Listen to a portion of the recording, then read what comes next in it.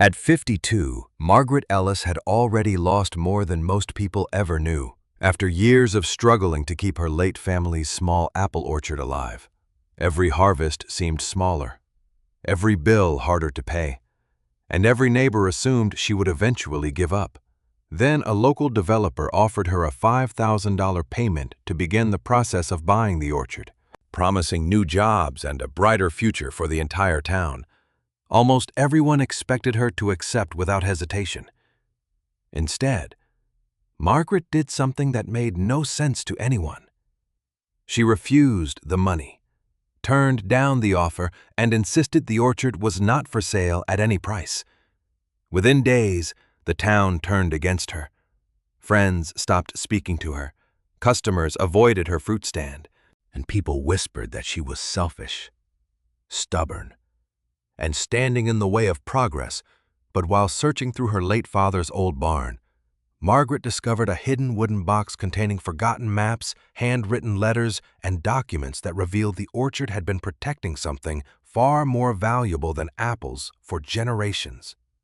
Those fading pages hinted at a secret agreement that could change everything the town believed. But before Margaret could reveal the truth, she uncovered one final piece of evidence that no one saw coming. Before we continue, I'd love to know where you're watching from and what time it is where you are right now. Leave a comment below so I can say hello and see how far this story has traveled. If you're listening in the morning, I hope you have a wonderful day ahead. And if you enjoy heartfelt stories about forgotten family legacies, small-town mysteries, and ordinary people who quietly change history, please take a moment to like this video, subscribe to the channel, and turn on notifications so you never miss our next story. Now, let's discover why one woman chose to stand against an entire town. Margaret Ellis walked slowly between the rows of aging apple trees as the first light of morning settled across the orchard. At 52, she had spent nearly her entire life caring for the land her father had loved before her. The harvests were no longer as generous as they once had been, and keeping the orchard alive had become harder every season since her husband passed away.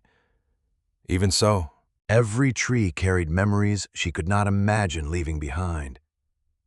She stopped beside one of the oldest trunks, gently brushing her hand across its rough bark before picking up a fallen branch that winter winds had broken loose. There was always something that needed repairing. A fence post leaned near the western edge of the property. Irrigation lines needed attention. Several crates waited to be cleaned before the next market day. None of the work felt easy anymore, but it still felt worthwhile. Late that morning, a pickup truck rolled into the gravel driveway. Daniel Pierce stepped out carrying a leather folder beneath one arm. Margaret recognized him immediately. He owned a successful construction company and had recently spoken at several town meetings about bringing new investment into the area. Daniel greeted her politely before explaining that a development group wanted to purchase several neighboring properties for a future community project. "Your orchard sits in the middle of the area," he said. "Without it, the plan doesn't really work." Margaret listened quietly as he opened the folder and placed several documents across the wooden table outside the farmhouse. On top rested a check for $5,000. "This isn't the full purchase price," Daniel explained. "It's simply a good faith payment to begin the agreement while everything else is finalized." Margaret looked at the check without touching it. $5,000 would repair her tractor, replace damaged fencing, and pay overdue bills that had been waiting for months. Daniel spoke kindly rather than forcefully. "I know this place means a lot to you, but the project could create jobs, improve local businesses, and bring families back to town." Margaret remained silent for a long moment. Finally, she slid the check back across the table. "I'm sorry," she said.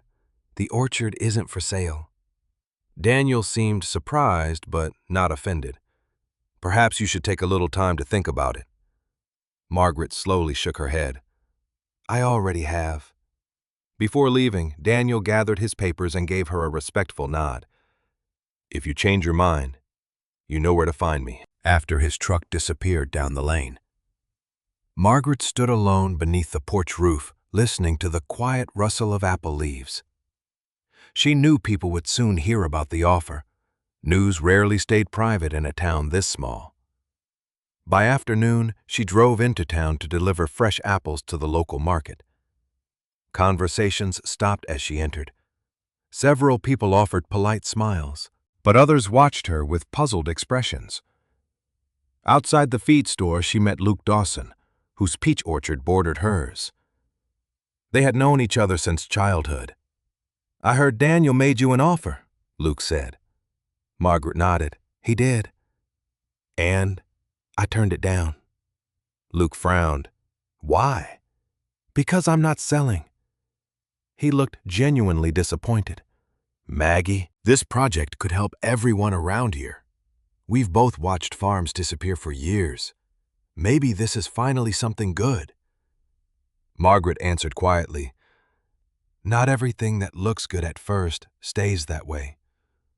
Luke sighed. "People are going to think you're standing in the way." "Maybe they will."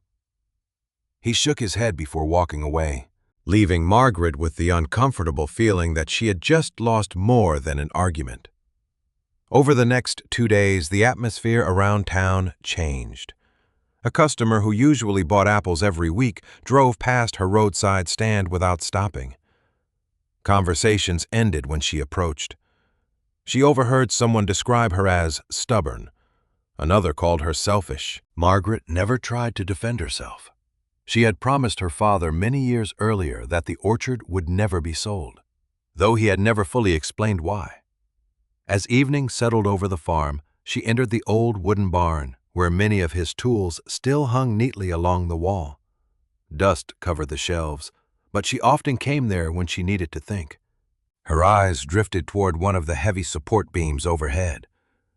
Long ago, her father had carved a small mark into the wood, telling her with an unusual seriousness that if she ever doubted her decision to keep the orchard, she should remember that symbol. She climbed a ladder and brushed away years of dust from the beam.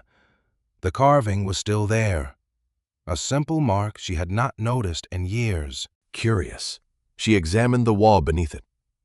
One narrow plank looked slightly different from the others, its nails newer despite the age of the barn. She carefully slipped the claw of an old hammer beneath the edge and eased the board away. A hidden space appeared behind it.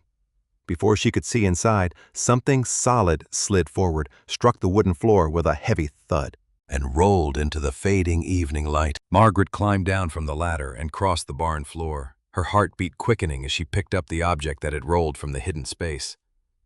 It was a small wooden box, worn smooth with age and coated in a fine layer of dust. The brass latch was tarnished but still intact. She carried it to an old workbench where her father had once repaired orchard tools and carefully opened the lid. Inside, she found several folded papers tied together with faded twine, a cloth-wrapped notebook, and a large, hand-drawn map on yellowed paper. Everything had been packed with surprising care, as though someone had expected it to remain hidden for many years. Margaret untied the bundle and unfolded the map first. It showed the orchard and neighboring farms, but unlike modern property maps, it contained handwritten symbols scattered across fields, streams, and gentle hills. Thin blue lines crossed beneath the orchard and continued toward surrounding farmland. Small circles and markings appeared near several old trees. She recognized none of the symbols. Beneath the map rested several letters written in her father's careful handwriting. She read only the opening lines before emotion forced her to pause. He had addressed the letters to her, though they had clearly been written long before his death. One sentence stood out immediately. "If you are reading this, you have chosen to keep the orchard." She quietly closed her eyes, hearing his voice in her memory. Her father had never asked for many promises during his lifetime, but the one request he repeated more than once was simple: never sell the orchard. At the time, she had assumed the words came from love for the family land. Now she wondered whether something far greater had been left unsaid. She opened the cloth-wrapped notebook. Most pages contained practical notes about harvests, rainfall, soil conditions, and tree maintenance dating back decades. Between those entries appeared sketches matching the strange symbols on the map. Some ink had faded until only fragments remained, and several pages near the middle had suffered water damage that blurred entire paragraphs beyond recognition. Margaret handled the notebook carefully, afraid another careless movement might destroy more of it. The following morning she returned to her regular routine, hoping work would quiet the questions filling her mind. Instead, she found herself thinking constantly about the hidden papers. When she drove into town with another load of apples, the atmosphere felt even colder than before. A few longtime customers politely looked away rather than greet her. Others whispered while she arranged fruit on the stand. News of her refusal had spread quickly. Daniel Pierce's proposal had become the main topic of conversation throughout the community. Margaret understood why many people supported it. The town had struggled for years. Empty storefronts lined the main street, and younger families often moved away, searching for better opportunities. To many residents, her orchard looked like the final obstacle standing between the town and new investment. As she packed unsold apples into wooden crates that afternoon, Luke Dawson approached. He hesitated before speaking. "Daniel met with several landowners this morning." Margaret continued, closing the crate. "I figured he would." Luke sighed. "Most of them have agreed to sell." She nodded quietly. "I'm glad they made the decision they felt was right." Luke looked frustrated rather than angry. "People think you're risking everyone else's future because of one piece of land." Margaret finally met his eyes. "They're free to think that. You could explain yourself." She lowered her voice. "I can't explain something I don't fully understand yet." Luke stared at her for a moment before slowly shaking his head. "I wish you'd tell people something." He walked away, leaving Margaret standing alone beside her truck. She realized her silence was making everything worse, yet she could not share documents she barely understood herself.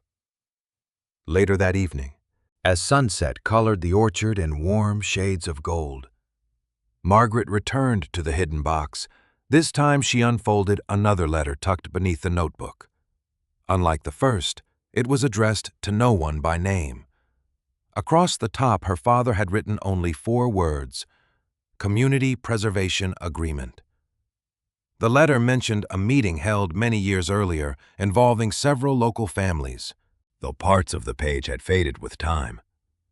Near the bottom appeared a sentence still perfectly clear: "The orchard must remain protected for the good of everyone."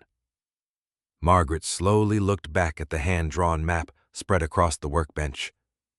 Whatever her father had hidden inside the barn, it was no longer just a family matter. Somewhere within those aging papers lay the explanation for a promise that had shaped her entire life. The words Community Preservation Agreement stayed in Margaret's mind long after she folded the letter and returned it to the wooden box. She had lived in the town her entire life, yet she had never heard anyone mention such an agreement. If her father believed it was important enough to hide inside the barn, someone else had to remember it. The following morning, after finishing her work among the apple trees, she drove to the small white house where Helen Brooks had lived for decades. Helen had once served as secretary to the town council and was known for remembering details that everyone else had forgotten. Margaret found the elderly woman tending flowers beside her porch. Helen smiled warmly when she saw her. "It's been too long. Margaret?" Margaret returned the smile, but quickly sensed there was no easy way to ask what she had come to ask. They sat together with tea before Margaret carefully unfolded the old letter on the porch table. Helen adjusted her glasses, and the moment she read the title, her expression changed. Her hands trembled slightly as she touched the faded paper. "Where did you find this?" she whispered. Margaret explained about the hidden compartment in the barn and the box her father had left behind. Helen remained silent for several moments before folding the letter with great care. "Your father asked me never to speak about these papers unless you found them yourself," she said quietly. "I promised him." Margaret felt both relief and confusion. "So you knew?" Helen nodded. "Only that he believed one day you would understand why the orchard mattered." Tears filled the older woman's eyes as memories returned. "Many of the people involved are gone now. Sometimes I wondered if the story would disappear with them." Margaret showed Helen the hand-drawn map. Helen studied the blue lines crossing the orchard and neighboring farms before pointing towards several markings. "These weren't random symbols," she said. "They were discussed during meetings many years ago." "What do they mean?" Margaret asked. Helen slowly shook her head. "I never understood the technical details. I only recorded what was decided." She disappeared into the house and returned carrying a small envelope tied with faded ribbon. Inside rested several handwritten notes copied from old town meetings. Most pages listed ordinary business, but one referred to preserving the Ellis orchard as part of a long-term community agreement. The explanation ended abruptly where the remaining page had been torn away. "That's all I have," Helen said sadly. The official records were stored at Town Hall. Over the years, many older files were moved or misplaced. Margaret carefully placed the copies beside her father's documents. Though incomplete, they confirmed the agreement had truly existed. Helen reached across the table and gently squeezed Margaret's hand. "Your father carried a heavy responsibility, but he never regretted it." As Margaret drove back toward the orchard, she noticed several neighbors watching her truck pass without waving. The distance between her and the community continued growing. At the local feed store, two men stopped talking when she entered. Another customer quietly muttered that one stubborn farmer was holding everyone back. Margaret collected the supplies she needed without responding. Silence seemed easier than trying to explain something she still did not fully understand. Before returning home, she stopped at the edge of Luke Dawson's peach orchard. Luke was repairing irrigation pipes near the fence. He looked tired, as though the growing tension in town weighed on him as well. "People keep asking me why you won't sell," he said. Margaret rested her hands on the fence rail. "I wish I had a simple answer." "Do you?" She hesitated. "I'm beginning to think my father left one." Luke looked unconvinced. "Maggie, everyone respected your father. But times change, sometimes they do. This town needs opportunities." Margaret nodded. "I know." Luke sighed. "Then help us understand." She wanted to tell him about the hidden box, the strange mats, and the forgotten agreement. But the missing pieces made every explanation feel incomplete. "I need more proof first," she said softly. Luke shook his head and returned to his work. Margaret drove away feeling more isolated than ever. That evening, she spread the old papers across her kitchen table once again. The copied meeting notes, her father's map, and the damaged notebook all pointed towards something larger than a family promise. Yet one question remained unanswered. Who had understood the technical meaning behind those strange blue lines? The next morning, she visited Samuel Reed, a retired water engineer who had worked on local land planning decades earlier.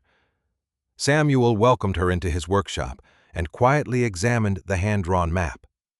The moment he recognized the markings, he slowly removed his glasses and looked directly at Margaret. "Most people think this orchard is just another piece of farmland," he said. "They have no idea how important it really is." Samuel Reed spread Margaret's hand-drawn map across the large workbench in his garage, clearing away old measuring tools and rolled blueprints to make room. He studied the faded blue lines for several quiet minutes before reaching into a cabinet and removing a weathered topographic survey from his years as a water engineer. He laid the two maps side by side. Although one focused on property boundaries and the other on elevation and soil conditions, several markings matched perfectly. Samuel pointed toward the center of Margaret's orchard. "These blue lines don't represent streams," he said. "They're showing underground water movement." Margaret leaned closer. "Water beneath the orchard?" He nodded. "Long before modern mapping became common, we knew this area absorbed rainfall differently from the surrounding land. The orchard sits over one of the most effective natural recharge zones in the valley." Margaret remembered the strange circles her father had drawn around several old apple trees.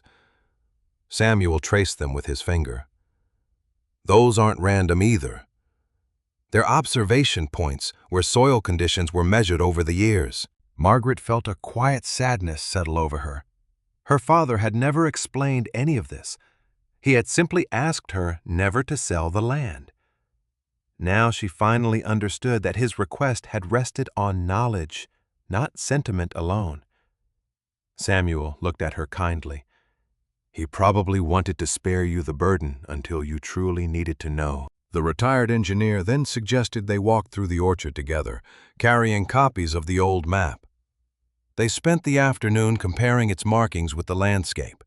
Several aging stone markers stood exactly where the map indicated, nearly hidden beneath grass and fallen leaves. Margaret had passed them countless times without realizing they served any purpose. Samuel carefully brushed dirt away from one weathered marker, revealing faint, carved numbers. "Survey reference," he said quietly. "These were placed during the original studies. They continued across the property until reaching the oldest section of apple trees." Samuel paused beside a shallow depression in the ground that filled with rainwater every spring. "Most people think this is poor drainage," he explained. "Actually, it's part of how water slowly filters underground instead of running away." Margaret looked across the orchard with completely different eyes. Every row of trees, every gentle slope, every patch of soil seemed connected by a purpose she had never recognized. She finally understood why her father had cared so deeply about preserving the land exactly as it was. "If someone builds here," she asked quietly, "what happens?" Samuel answered honestly, "The effect wouldn't appear overnight. But paving large sections, changing drainage, or removing established root systems could gradually reduce how much water returns underground." Margaret said nothing. She did not need dramatic predictions to understand the importance of slow changes. Farming had taught her that small differences often became major problems over time. As they finished their walk, Samuel admitted something that surprised her. "When we completed the early surveys, a formal meeting was held with local landowners. Your father attended every discussion." Margaret unfolded the copied meeting notes Helen had given her. Samuel recognized the handwriting immediately. "These are genuine."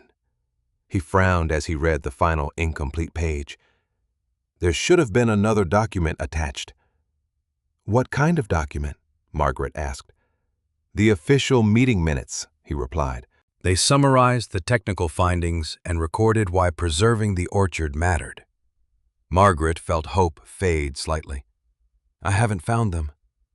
Samuel nodded slowly. "Neither has anyone else, apparently." He thought for a long moment before speaking again. "The original files were once stored in an old municipal archive before many records were transferred to Town Hall. Some boxes were never properly cataloged." Margaret carefully folded the papers. Missing documents had become a familiar pattern throughout her search. Each discovery answered one question while leaving another unresolved. Before leaving, Samuel placed his old survey map beside her father's copy. "I'll help you," he said simply. Margaret looked at him with quiet gratitude.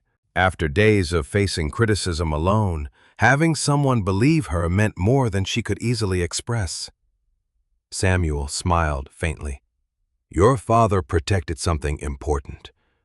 It's time we finished explaining why. As Margaret drove home through town, she noticed several new signs supporting the proposed development displayed outside local businesses. People waved enthusiastically at Daniel as he crossed the street, discussing plans with shop owners. No one waved at Margaret. She continued driving until the orchard came into view. Before going inside, she stood beneath the oldest apple tree and looked across the land her father had trusted her to protect.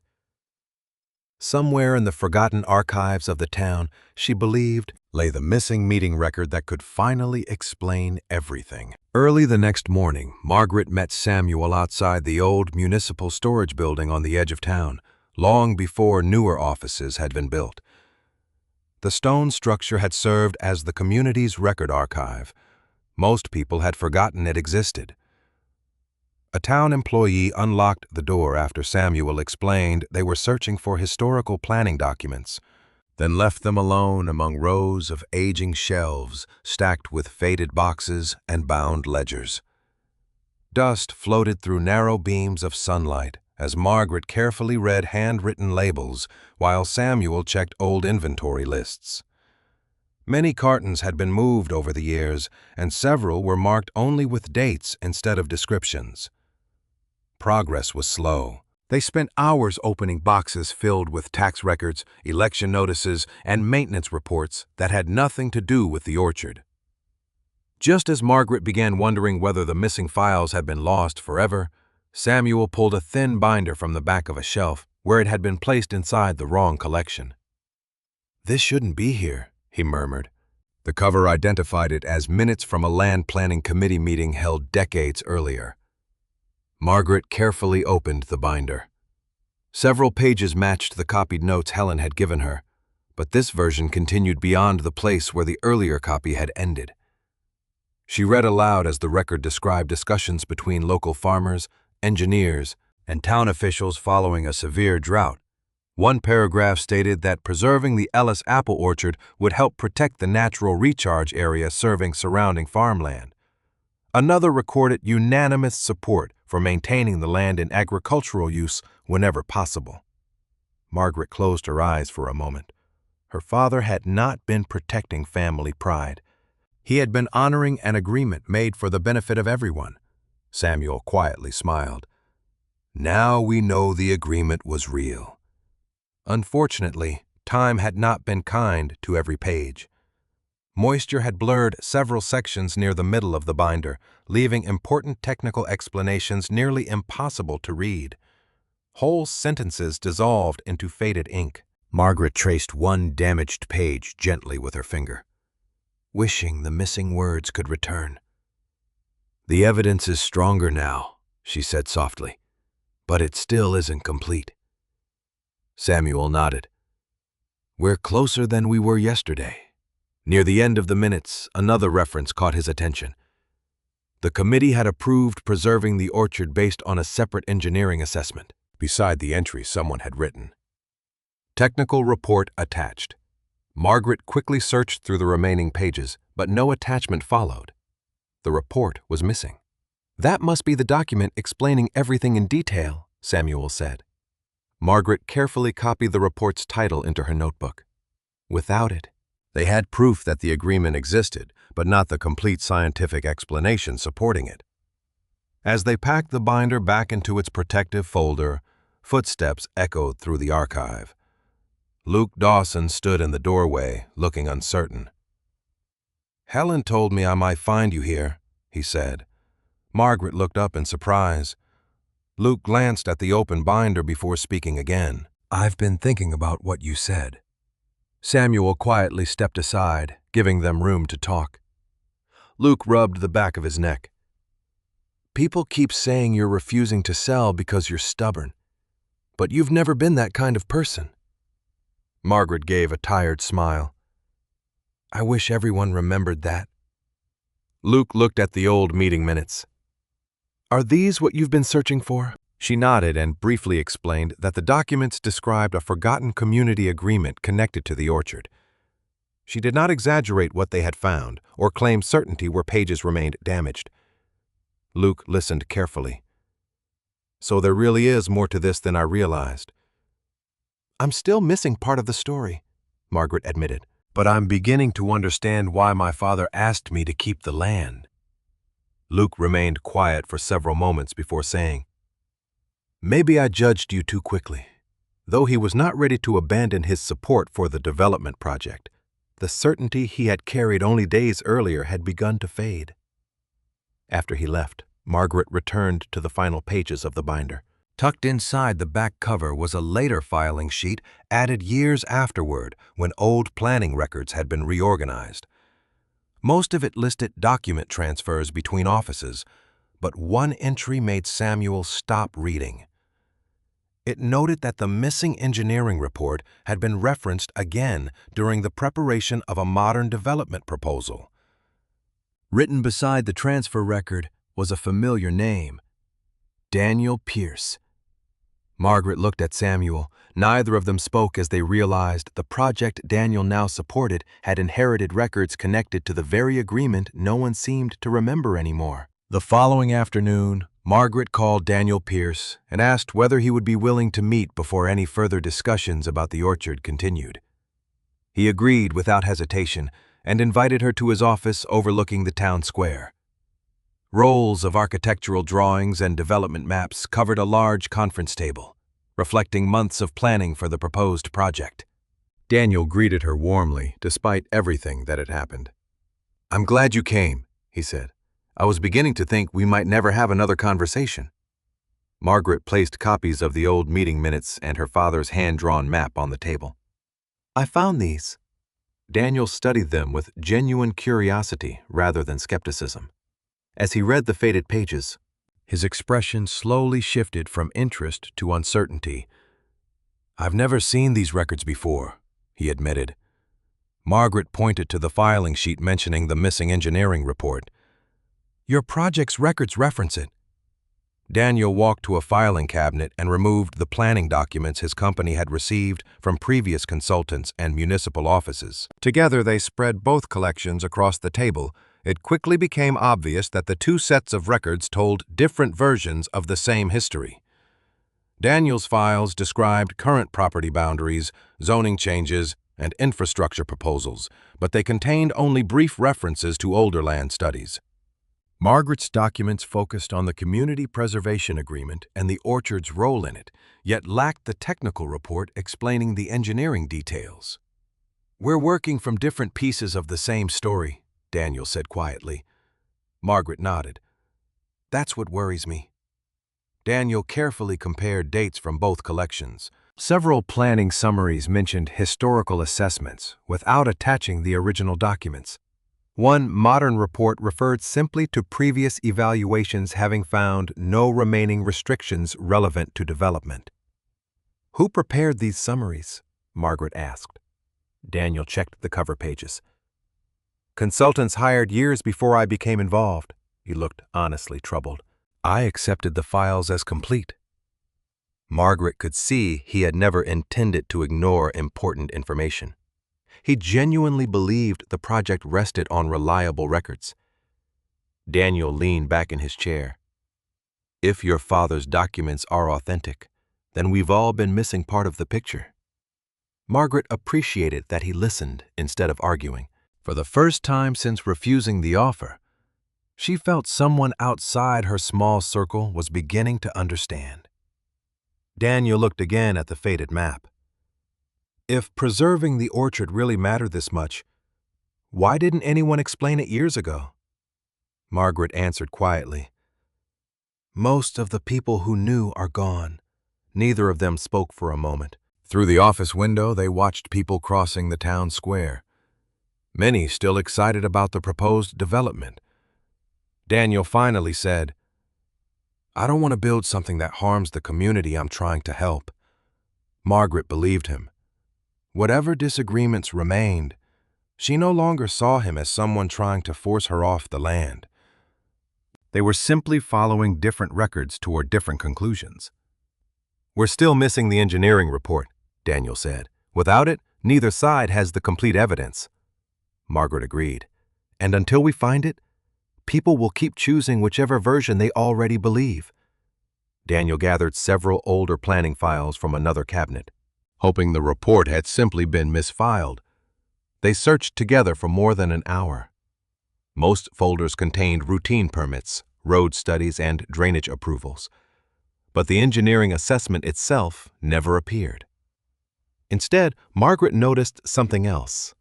An older planning summary referred to an updated replacement report prepared years after the original community agreement. "Replacement report," she read aloud. Daniel frowned.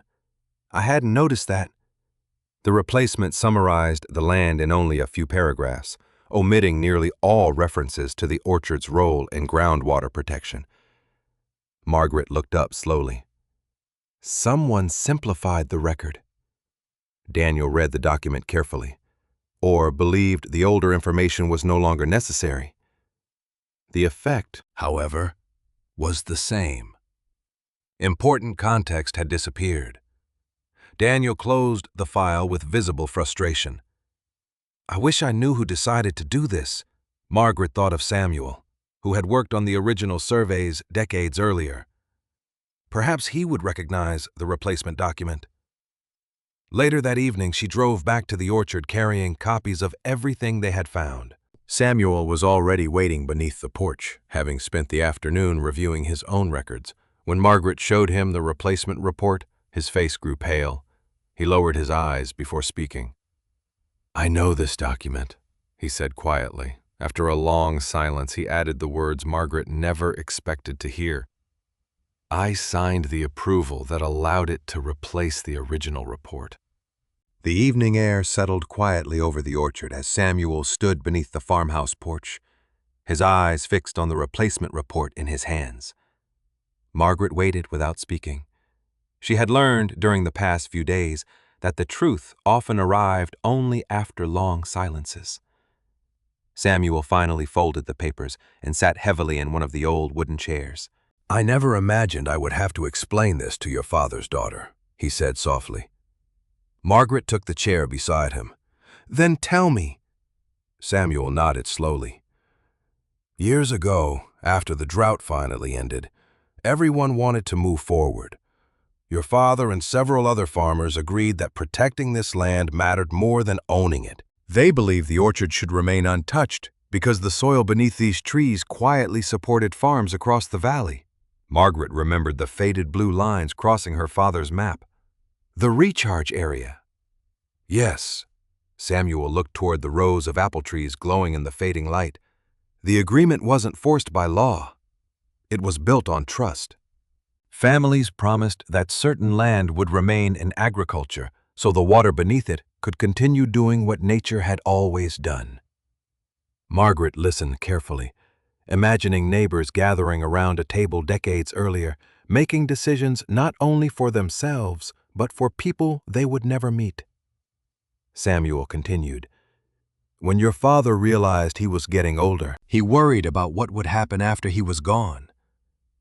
He asked me to help preserve the technical records until someone could understand them properly. Margaret lowered her eyes. Instead, the report disappeared. Samuel's shoulders slumped. Not immediately. Years later, new planning reviews began. Officials wanted shorter summaries instead of detailed engineering studies. I was told the replacement report would simply make the records easier to understand. He paused before continuing. The science wasn't questioned. It was condensed. Margaret quietly unfolded the simplified report again. Almost everything her father had worked to explain had been reduced to a few broad statements. And you agreed? Samuel nodded with obvious regret. I believed the original files would always remain available if anyone needed them. He looked directly at her. I was wrong. His voice carried no attempt to excuse the decision. Only sadness remained. Margaret thought about the criticism she had endured from the town over the past week. Much of it had grown from incomplete information rather than bad intentions. Themselves, she reached across and gently placed her hand over Samuel's. You've been carrying this for a long time. He gave a tired smile. Long enough. You came forward now because your father deserved better than silence. Margaret felt no anger toward him. The regret in his face was punishment enough. I forgive you, she said quietly. Samuel closed his eyes for a brief moment, visibly relieved. Thank you. They sat together, watching the evening wind move through the orchard. After several minutes, Samuel reached into his coat pocket and removed a small brass key attached to a faded leather cord. There's something else, he said. Your father gave me this before he died. Margaret looked at the old key with surprise. What does it open? A wooden chest he asked me never to touch.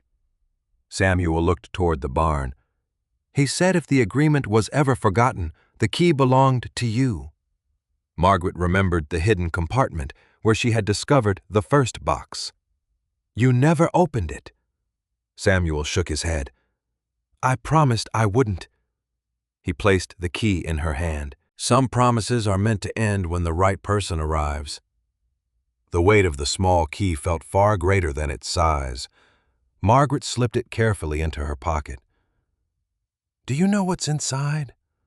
Only that your father called it his final explanation.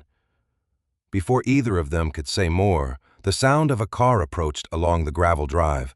Helen Brooks stepped out carrying a weathered wooden chest wrapped in an old quilt. She smiled gently when she saw the key resting in Margaret's hand. Good, she said softly. Samuel finally gave it to you. Margaret looked from the chest to Helen in surprise. Helen carefully placed the box on the porch table. Your father asked me to keep this safe until the day you were ready to understand why the orchard could never be sold. Margaret held the small brass key for a moment before fitting it into the lock of the weathered wooden chest Helen had placed on the porch table. The lock resisted at first, then clicked softly. She lifted the lid with both hands. Inside lay a carefully organized collection of papers wrapped in waxed cloth, several photographs, a leather document folder, and a sealed envelope bearing her father's handwriting. Across the front he had written only one sentence. For Margaret, when the time is right. She took a slow breath before opening it. The letter inside was written in the same steady hand she remembered from childhood notes left on the kitchen table during harvest season. Her father explained that he had never wanted the orchard to become a burden, only a responsibility shared with honesty. He described the years following the devastating drought when neighboring farms struggled to keep wells from running dry. Farmers, engineers, and town leaders had worked together to understand why some land recovered while other fields remained dry. Their studies led them to the orchard, where the soil, mature root systems, and natural slope allowed rainwater to soak deeply into the ground instead of rushing away. He wrote that protecting the orchard was never about preserving family ownership for its own sake. It was about honoring a promise made to the entire community. Margaret quietly wiped away a tear before continuing. Beneath the letter rested the leather folder. Inside were original copies of the Community Preservation Agreement signed by local landowners, meeting attendance sheets, and several engineering sketches that matched the faded map she had already discovered in the barn. Unlike the damaged records found in storage, these pages remained clear and complete. One document specifically stated that maintaining the orchard in agricultural use would help preserve the valley's natural groundwater recharge area for future generations. Helen watched silently as Margaret turned each page. Your father asked me to protect those papers, she said softly. He worried that people might forget why they mattered once the older generation was gone. Samuel nodded. He trusted that someday facts would matter more than opinions. Margaret looked at the signatures covering the final page. Many belonged to families whose descendants still lived in town. She recognized names from neighboring farms, local businesses, and longtime residents who now believed she was standing against the community. The realization saddened her more than it comforted her. They had all inherited only part of the story. Helen reached into the chest and removed a faded photograph. It showed the signing of the agreement beneath the largest apple tree in the orchard. Margaret immediately recognized her father standing beside Samuel, Helen, and several other familiar faces from old family albums. Everyone in the photograph looked hopeful rather than worried. They believed they were leaving the town something valuable, Helen said. Margaret smiled through tears. They did. As evening approached, Luke Dawson drove into the orchard and walked slowly toward the porch. He hesitated when he saw the open chest covered with documents. "I hope I'm not interrupting," he said quietly. Margaret invited him to sit. Without exaggeration or accusation, she showed him her father's letter, the signed agreement, and the engineering sketches explaining the orchard's role. Luke read each page carefully. The confidence he had once carried disappeared with every document. "I never knew any of this," he admitted. "Neither did I until a few days ago." He looked across the orchard toward his own fields beyond the fence. "If this agreement is genuine, That our farms have benefited from this land for years without realizing it." Margaret nodded. "That's what my father wanted people to remember." Luke closed the folder gently. "I'm sorry for the way I judged you." Margaret smiled kindly. "You believed what you were told. So did almost everyone else." Before leaving, Luke paused beside the porch steps. "The town council announced this afternoon that they'll hold a public meeting tomorrow night before approving the development plans." Helen exchanged a quiet glance with Samuel. Margaret understood immediately what that meant. The documents were finally complete enough to tell the full story, but only if the community was willing to listen. Luke looked back at her one final time. "I'll be there," he said. "And this time, I'll stand beside you," as his truck disappeared down the gravel lane. Margaret carefully returned every paper to the chest. Tomorrow she would place her father's words, the forgotten agreement, the maps, and the restored records before the entire town. Whether they believed her or not would no longer depend on rumors, but on the truth that had waited patiently inside that old wooden chest for decades. The town hall meeting room filled long before the scheduled start. Farmers, shop owners, teachers, retirees, and young families gathered in quiet conversations, many expecting another debate about the proposed development. Margaret arrived carrying the weathered wooden chest along with carefully organized copies of the maps, meeting minutes, engineering sketches, and her father's letter. Samuel, Helen, and Luke joined her near the front of the room. Daniel stood nearby with his own planning documents, greeting people as they entered. The atmosphere felt tense but respectful when the council chair called the meeting to order. Margaret was invited to speak first because her orchard remained the final property preventing the project from moving forward. She stood before the room without raising her voice. "Many of you believe I refused to sell because I wanted to protect my family's land," she began. "The truth is that I was trying to protect something that belongs to all of us." She opened the wooden chest and carefully removed the first documents. Rather than asking people to trust her opinion, she placed the original community preservation agreement where everyone could see it. She explained how she had discovered the hidden compartment in her father's barn, found the old papers, and slowly traced their history with the help of Helen and Samuel. Copies of the agreement moved through the audience while quiet whispers replaced the earlier skepticism. Helen stood next. She described serving as town council secretary decades earlier and confirmed that she had personally recorded meetings concerning the preservation agreement. She explained that Margaret's father had asked her to safeguard certain documents until they could be understood in their proper context. "He never wanted these papers hidden forever," Helen said. "He only wanted them protected until someone could complete the story honestly." Samuel then addressed the room. His voice carried both confidence and regret. He explained the severe drought that had once threatened the valley and described how engineers and local farmers studied the land together afterward, using enlarged copies of the old maps. He pointed out the underground recharge area beneath the orchard and explained how the mature trees, healthy soil, and natural slope helped replenish groundwater feeding neighboring farms over time. He openly admitted signing the later replacement report that summarized the earlier research too briefly. "I believed the original records would always remain available," he said. "That assumption was my mistake." The room remained silent as he finished.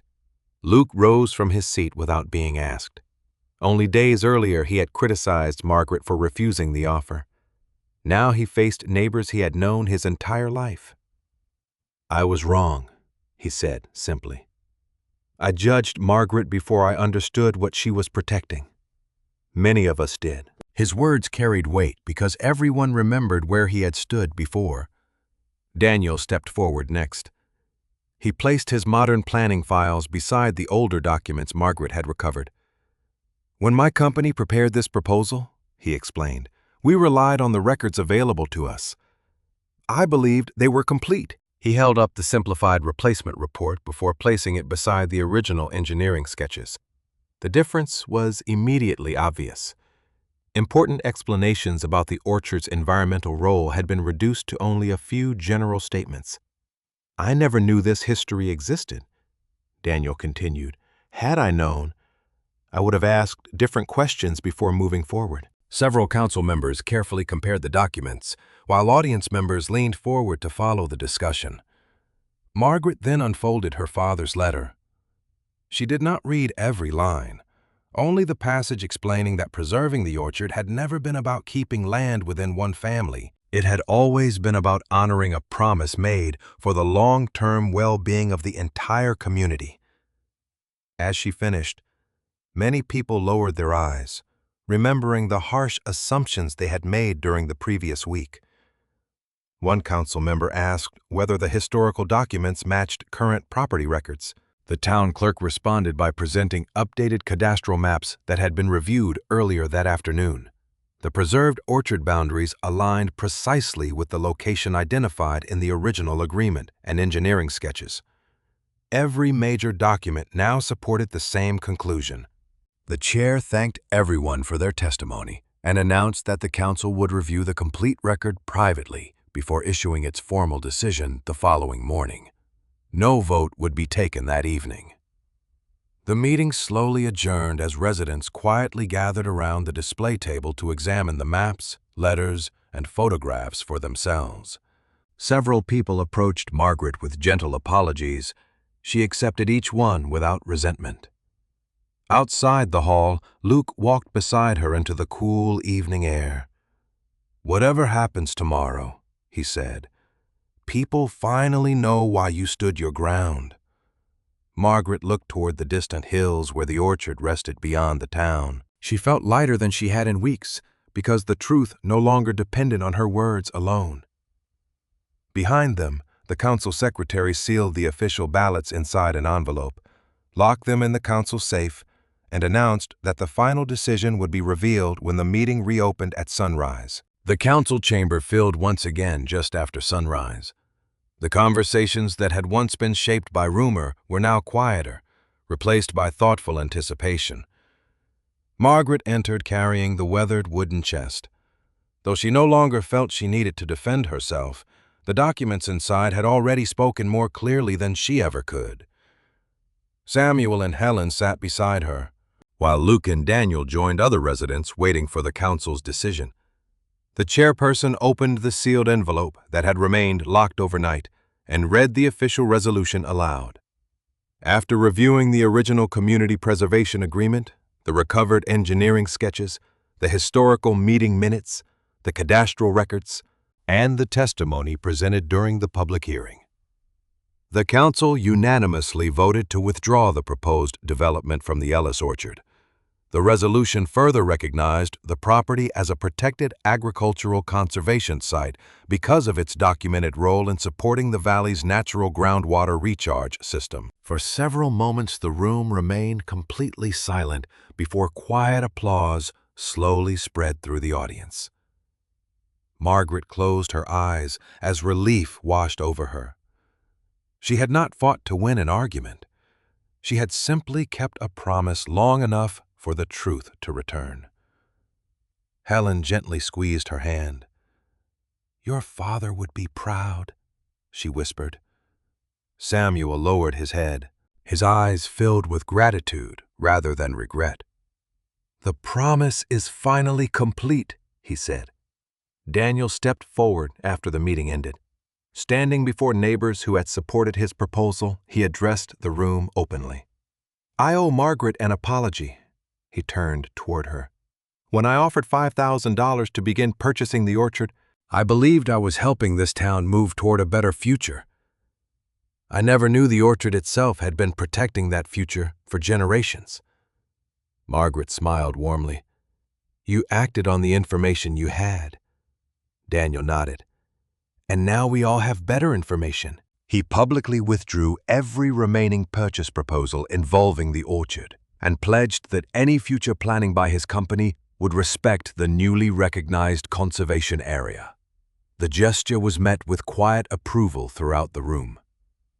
Over the following weeks, the mood across town gradually changed. The same neighbors who had once avoided Margaret's roadside stand returned to buy apples, not out of sympathy, but because they wanted to support the orchard that had quietly protected them for decades. Luke organized several local farmers to help repair old fences, prune neglected trees, and restore sections of the orchard that Margaret had struggled to maintain alone. Working side by side beneath the apple trees, they often spoke about how easily history could disappear when no one remembered to tell it. Helen donated the preserved letters, maps, meeting notes, and photographs to the local historical society. While the originals were carefully stored under archival conditions, a permanent exhibit was created inside the town museum describing the drought, the community preservation agreement, and the decision made by earlier generations to place the long-term well-being of the valley above individual gain. Visitors studying the display often paused before the photograph of local farmers standing beneath the largest apple tree, smiling with quiet hope after signing the agreement that had shaped the future without seeking recognition. Samuel volunteered to help write the historical explanations accompanying the engineering sketches, making certain that future readers would understand both the science and the spirit behind the decision. He often admitted that preserving knowledge required as much care as preserving land. Margaret continued managing the orchard much as she always had. Mornings still began with quiet walks among the rows of trees, checking branches, repairing fences, and watching the changing seasons unfold. The difference was that she no longer carried the burden alone. School groups occasionally visited to learn how healthy soil, mature trees, and careful stewardship could influence an entire landscape. Margaret always reminded the children that protecting a place often began with understanding why it mattered. One crisp autumn afternoon, the town gathered beneath the oldest apple tree for a simple ceremony, dedicating the orchard as the Ellis Community Orchard Conservation Preserve. No elaborate speeches were needed. Instead, neighbors shared homemade food. Children filled baskets with apples, and older residents quietly told stories they had nearly forgotten. Luke stood beside Margaret and smiled. "I used to think you were refusing to let the town move forward."